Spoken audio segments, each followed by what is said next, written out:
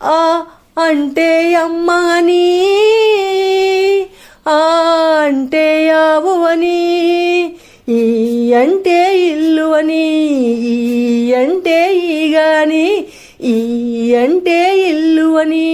ఈ అంటే ఈగాని, అక్షరాక్షరాలతో అరచేతిని కదిలిస్తూ,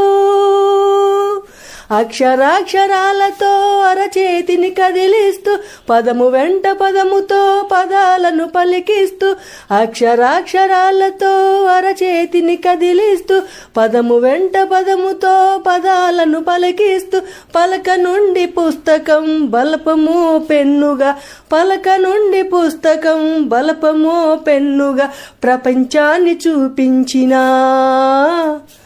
ప్రపంచాన్ని చూపించిన ఆచార్య దేవో భవ.